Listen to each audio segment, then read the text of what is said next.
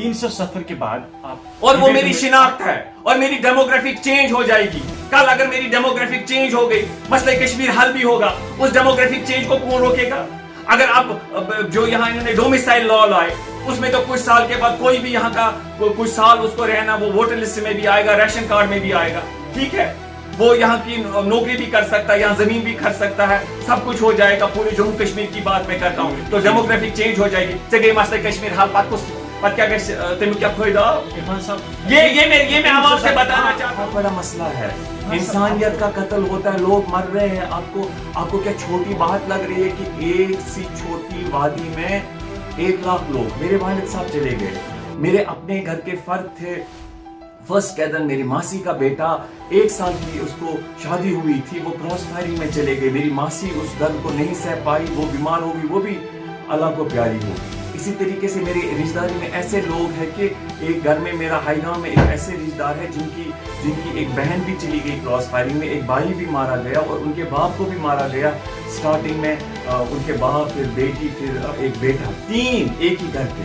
तो आप क्या समझते हैं ये कोई गवर्नेंस है? अब मैं वही भूल जाऊंगा, ये जज्बाती बातें होती है. अगर आप देखेंगे बहुत सारी पॉलिटिकल पार्टी जो माजी में रही, उनको क्या सपोर्ट होता था? उनको वो जो हम उसे एक्सप्लॉयटेशन मानते हैं. आज भी आप जैसे नौजवान जो उसी चीज को कभी एप्लीकेशन ऑफ माइंड हम नहीं करते इस्तेमाल एज ए कश्मीरी, हम जज्बात से काम लेते. और उस जज्बात का ये रिजल्ट है कि 30 साल आपने कुर्बानियां दी, हमारी असमत भी चली, उस पर भी हमला हुआ, हमारी शिनाख्त पे हमला हुआ. और 30 साल की कुर्बानी के बाद आपके पास आपका झंडा नहीं रहा, आपके पास 370 नहीं रहा, आपके पास 35A नहीं रहा, आपके पास इससे पहले 30 साल से पहले वजीर आजम पोस्ट था, सदर रियासत था, और भी बहुत सारे ऐसे मामला थे जो आपके पास थे, वो नहीं रहे.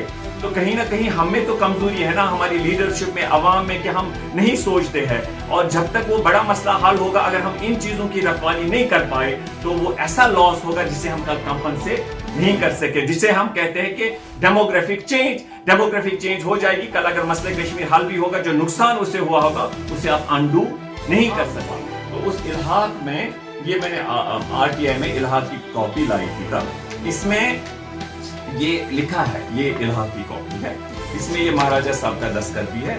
तो इसमें क्या लिखा है, इसमें एक शेड्यूल अटैच है कि किन किन सब्जेक्ट्स पे उनका दिल्ली की पार्लियामेंट का अधिकार. ये हमने किया ना 3 चीजें. ये बाकी रियासतों ने किया सप्लीमेंट्री. ये मैसूर का महाराजा, इसने सप्लीमेंट्री किया. उन्होंने भी ये पहला वाला किया था जैसे हमने किया, उसके बाद उन्होंने सप्लीमेंट्री किया, जिससे वो मर्ज हो गए इसमें, इंडिया में. हमने सप्लीमेंट्री नहीं किया, क्योंकि ये कई लोग आर्ग्यूमेंट देते हैं भाई तब तो बहुत से राज्यों ने, प्रिंसली स्टेट्स ने ऐसा वाला जो जम्मू कश्मीर के महाराजा ने किया था, ये बाकी महाराजाओं ने किया था. लेकिन बाकी महाराजाओं ने सब्सिक्वेंटली क्या किया, सप्लीमेंट्री किया. हमने सप्लीमेंट्री नहीं किया. जब हमने सप्लीमेंट्री नहीं किया, तो जो ये 370 है ना, 370 में क्या लिखा है, इसमें लिखा है जो matters of government of state are declared by the president to correspond to those matters specified in the instrument of accession governing the accession of state to the dominion of India. वो इसका ये है कि हिंदुस्तान की parliament का ये लिखा है, the power of parliament to make laws of the said state shall be limited to those subjects.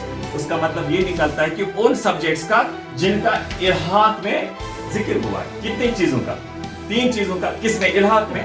तो 370 क्या कहता है, हिंदुस्तान की पार्लियामेंट का उन 3 चीजों पे पावर रहेगा जिनका जिक्र किसमें हुआ है, इल्हाक में.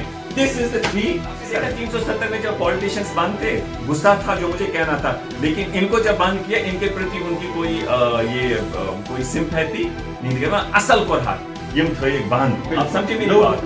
लोगों में गुस्सा था, लेकिन मैं समझता हूं कि वो गुस्सा उनको जवाब दे बनाए, लेकिन उसके साथ साथ लोग ये समझे कि हम सबको एक आवाज बन के 370 से. आप पहले बोलिए कि आप मुझे पहले बोलिए कि जो हमारे पॉलिटिशियंस हैं, आपको लगता है कि लोगों के साथ यूनिवर्सिटी कश्मीर के लोगों के साथ धोखा हुआ है? क्यों नहीं हुआ है? हमारे साथ सब लोगों ने धोखा किया है, जो भी इसमें स्टेक होल्डर्स है, अवाम के साथ धोखा हुआ है. लेकिन अवाम भी कहीं ना कहीं रेस्पॉन्सिबल है. वो आज अवाम इस पॉइंट पे रिस्पॉन्सिबल है. अगर 65 में यहाँ का प्राइम मिनिस्टर सदर रियासत पोस्ट खत्म किया होता तो उन्हें कहना था मैं क्यों किया.